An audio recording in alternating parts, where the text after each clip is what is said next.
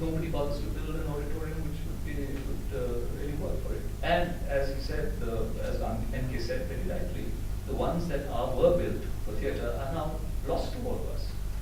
People are working on shoestring budgets. The Akshara has become the most popular place now because they charge small amounts. It's a tiny theatre, and there everybody of any kind goes and they do their plays for a minimal budget.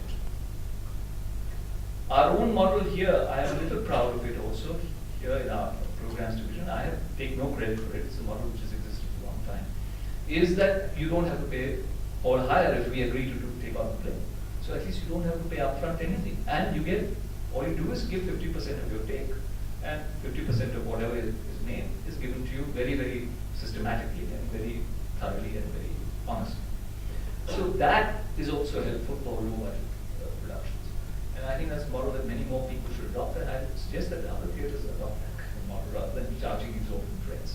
Anyway, I can see that Suresh is getting agitated. I think I've spoken too long already. So I will summarily end my exposition, although as with everybody I could go on and on. Thank you very much indeed for being patient.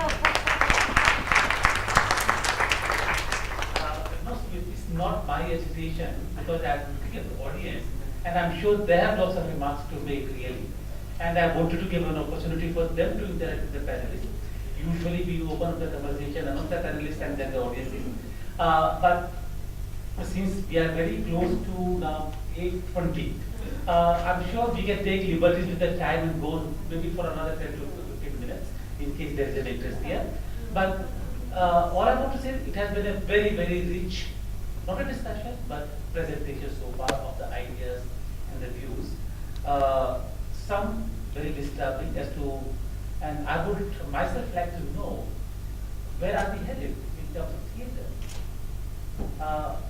Because I remember from the time that I come from 70s and from the time that I began to see theatre, there was a great experimentational streak at that time I saw.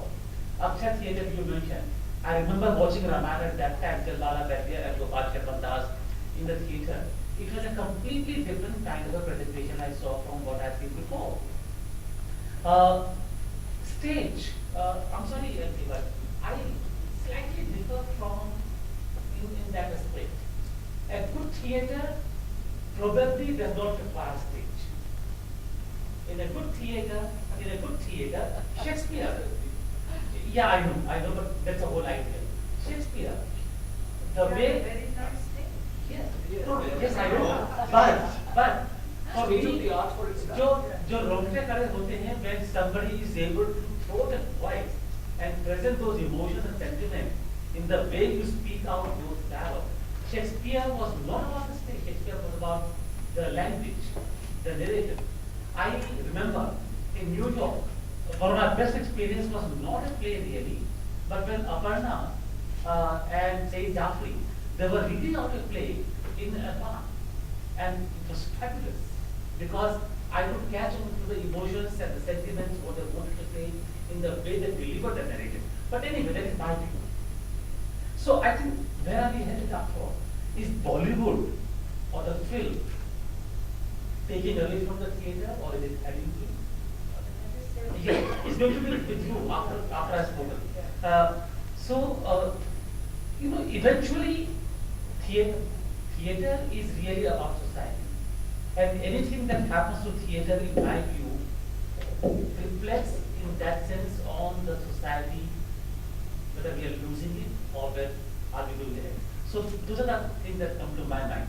So the conversation is now open. Amal, I feel, we've digressed from does theatre reflect society, and of course that's a no-brainer, of course it does, to the subject that MK has brought up, and that is that we are a fractured community of people. We've lost the sense of community in the theatre. Over here, I also think that this is not fully true. I feel that if you do theatre, you do good theatre, you can do it very simply, as Suresh suggests, on bare boards. You can just be speaking out and reading the text. I think you will get an audience. You can get an audience for a large number of shows, for a good performance in Delhi. no doubt, in any of the cities in major cities in India. I don't think there's any problem about that. So I think we can draw our audiences, but the problem really lies with the fact that other art forms, unfortunately or fortunately, appear to be moving ahead because they have become commodified. Theatre is not a commodity. We cannot package it. It's too vast, it's too huge, it's sometimes too disturbing also subject matter wise for us to have this nice little niche. You can write a novel, it can be commodified, it can be sold by your agent, you can earn millions of dollars and you can sell millions of copies of your novel and you have something to sell. In theatre we have nothing to sell.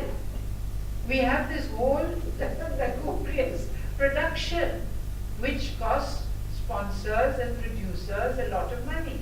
It costs a lot to do a stage play in the way maybe we would like to do. We could do it with nothing, but if we want to do it in a particular way.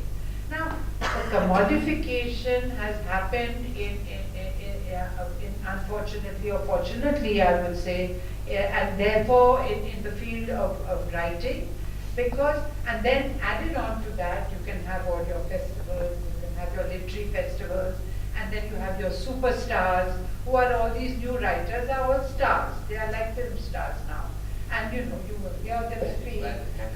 And then there's an anchor person, and they will be talking about whatever.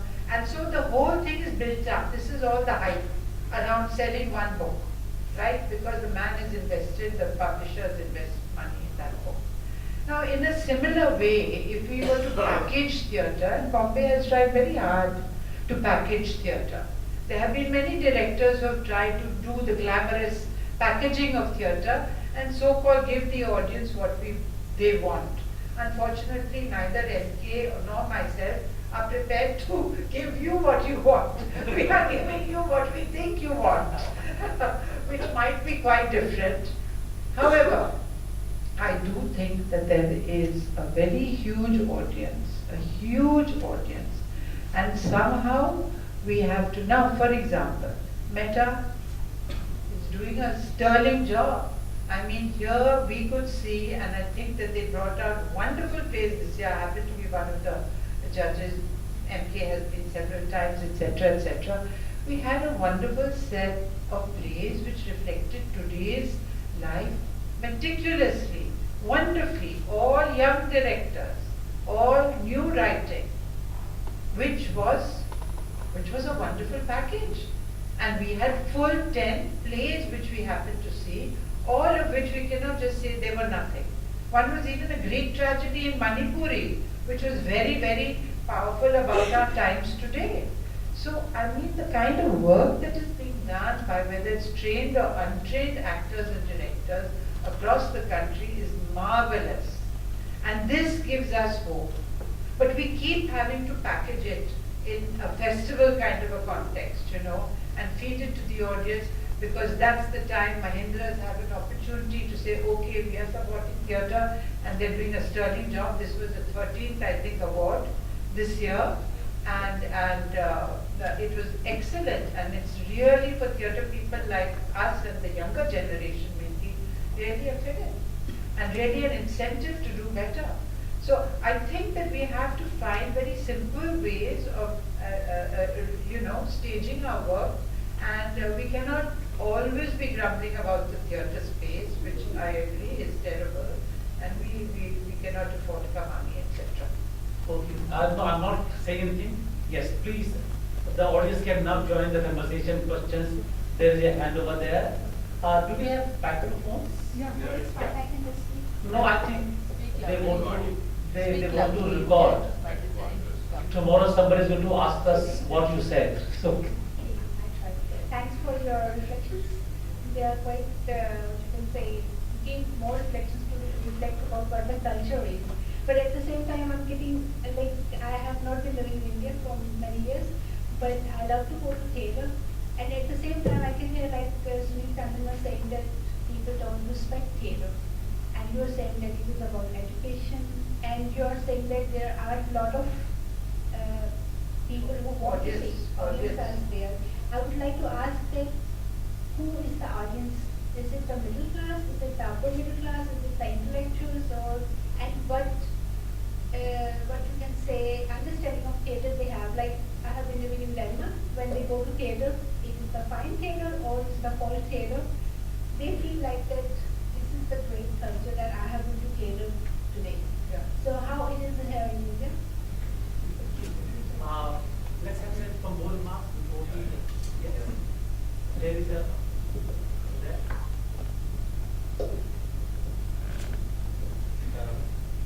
And just slightly away from Why didn't you introduce yourself? Ashish Ghosh, just slightly away from playwriting and staging plays. What about the theatre makers as mirror of society? Theatre makers. Makers. Yeah. Today, we find there's a lot of new developments taking place in the background that theatre defies all logic. Now, how it is staged and presented itself is a question, and there is no apparently no logistics that work. Yet theatre happens, and these days we find quite a number of new developments. Like say, many young people, as Sunit has been saying, doing theatre, and I'm excluding the actors who might be using theatre as stepping stones. And I'm also excluding those who are busy elsewhere and say that theatre is my first love. No, I'm also excluding those. But there are people who are now taking full-time theatre, maybe good, bad, indifferent. And not only in urban areas, also in rural areas. For example, Crespo in Mumbai. They had been exploring, going to small towns, finding enormous number of theatre makers, depending not on anyone. This is how this development has taken place. In the background, also we find that there are several organizations which are coming as art administrators, which is for us for the first time in happening. And then alternate theatre spaces emerging. For example, say Suresh has taken up space which costs more than $1 lakh as rent every month. I don't know how he manages that. And it is not only him, I find several of them in Delhi also. Several alternate spaces are emerging. How is this happening? How these theatre makers are trying to present themselves? This is one reflection I just wanted to have from you. Secondly, I suppose the issue of community, as MK had been saying, that yes, we find ourselves quite irrelevant theatre makers. Theatres is becoming quite irrelevant. But yeah, community, where is that community? We find it in the villages also. Yeah, I find it. Yeah, we find it, but also we find that there are many performing art forms which are just vanishing because there is no interaction, no replenishment. There has been a thesis by Malini Bhattacharya once saying that art forms are vanishing because it is not getting a connect. I have witnessed one particular form of performance called Manasa. Now, say Shevha district, they had many artists at one point of time. Even today, there are many rural professionals. I would call them rural professionals because they've been trained, they're doing full time. And today, when they face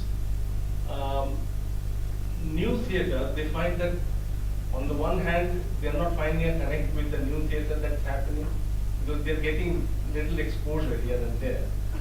And also they're finding a disconnect in their own community. So why these are happening? I suppose there is a problem in, you see, in any art form, I suppose they try to reflect society. But what is the particular way theatre does that? That is a question I have been searching. Yes. Yeah, but there are many, but It's time for the panelists to respond clearly now. Is that Professor Ganguly? Okay, If there is no time. no. I was interested in this question of one of the things that we have not talked about in theatre, but probably it is related to this question of community. Is the communication with the audience. This has seldom been addressed, particularly from the times of this development of the proscenium theatre.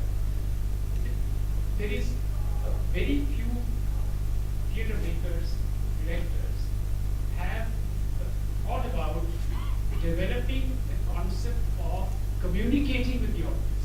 That is, in a way when they see a play, there are questions that are raised. There are reflections of their own characters, of characterizations in the portrayals that they see. But they are all silent.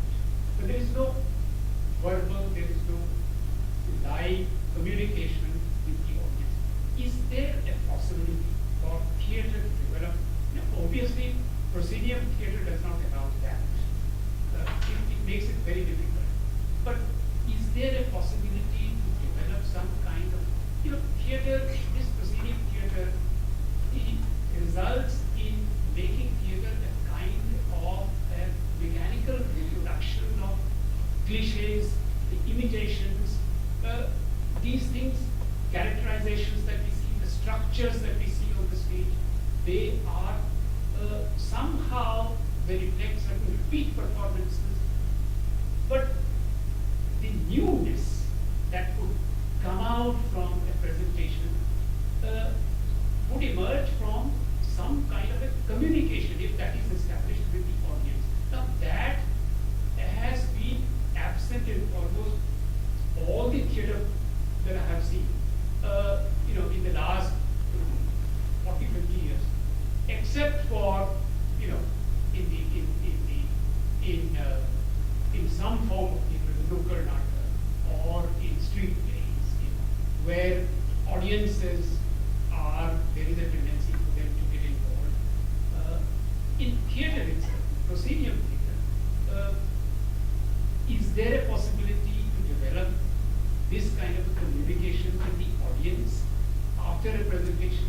There is some kind of a dialogue of within the structure of the play. Is there a possibility for theatre makers, for directors to develop such structures where the audience would be involved? That would serve, as the transformative role of the audience. If we want to change the audience, we want to make an impact. If we want to make it, theatre as a reflection of the society, this kind of a lively involvement of the audience might be a model that could be a model of the future. That's what I think. Thank you. All right. Now, it's all up to you now, the panel. I just say I think basically there are two questions or three questions here. One question is what she has asked, who is your audience? You have asked whether you can garner an audience and therefore gauge the transformative impact of theatre. And I think what Ashish is really asking is, there are newer people, there are newer players on the field who are doing small work dotted around the landscape, which we really don't know how do they manage. Some people seem to have a lakh of rupees to pay as rent, and some people have no money at all to continue their theatre work.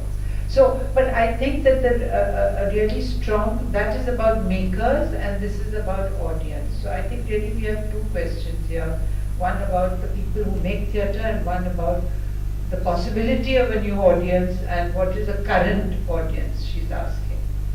So I think the current audience, not to hog this mic, the current audience is I would say, it develops in a city. In a city like Bombay, we always say, we have a theatre going public. This is because theatre has been established there, urban theatre has been established there over 150 to 200 years going to the theatre, like you're describing in Denmark. So it is the whole process of going to the theatre. The Maharashtrian audience knows that I will pay 30, 40, 50 rupees and get my seat. The person who goes to NCPA in Bombay will know that he has to fork out 1,000 rupees for his ticket. This is a different kind of a, there are many variations to that. But they have a dedicated audience. In Delhi, we were on the verge of building a dedicated audience when NSD was doing plays at a very regular pace and in different venues, and not only just in a Kamani auditorium or IFAX auditorium, but also in a smaller space, and that was to build audiences like the open air theatre, Meghdut Theatre, where the tickets were very low, etc., and also traveling to nearby places to do plays, etc. So you have to build an audience. We have built an audience so that when we do a theatre festival and we have got good plays, and I can tell you that I have organized festivals in which 100 plays have been done at National School of Drama, and they have all been houseful. And that is not an exaggeration of my saying, but not 100 shows. Of course, there's only one show or two shows of that particular play. But there were many plays, but the audience came repeatedly. There was a repeated audience for those shows. So there is, in this area, which is, in Delhi, we have a very good audience, which can sustain theatre. This can easily grow. It's a growing audience. Students love to go to the theatre. So there's a very big audience over there.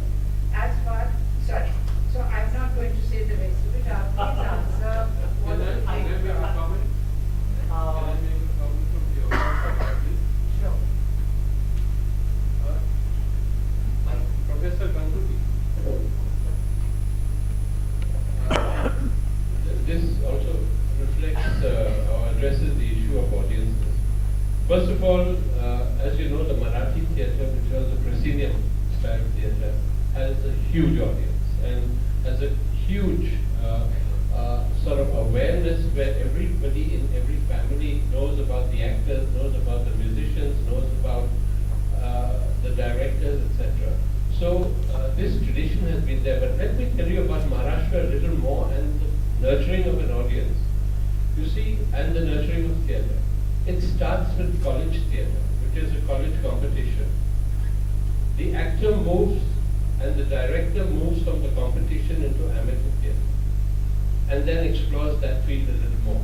Then he moves into experimental theatre, and then he moves into commercial theatre. There is a system through which an actor, a director, and other people move from one state into the other.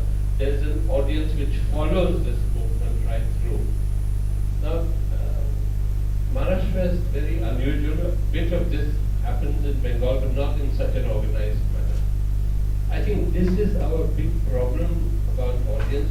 We don't have a system, and this system has developed in Bombay or Mumbai over a period of time, and it's happened in Kolhapur, it's happened in Pune, it's happened in many cities in Maharashtra. But somebody who comes into the theatre must be able to say, after this, where am I going to go? And the college competitions nurture people to move into amateur theatre, nurture people to move into professional theatre. So this trajectory of theatre people from one type of theatre into another, and maybe they end up in commercial theatre, there's nothing wrong with that. But it sort of enriches every aspect of theatre as they move along. And I think this is to do a lot with how audiences are nurtured. I just wanted to add here that I completely agree with Mr. Allana that you have to nurture your audience, you have to mobilize your audience. If you're going to present a form of art, you're not going to do it to an empty theatre. At the end of the day, it is upon yourself and upon your team workers, etc., to reach out and to collect your audience. And once the word of mouth spreads,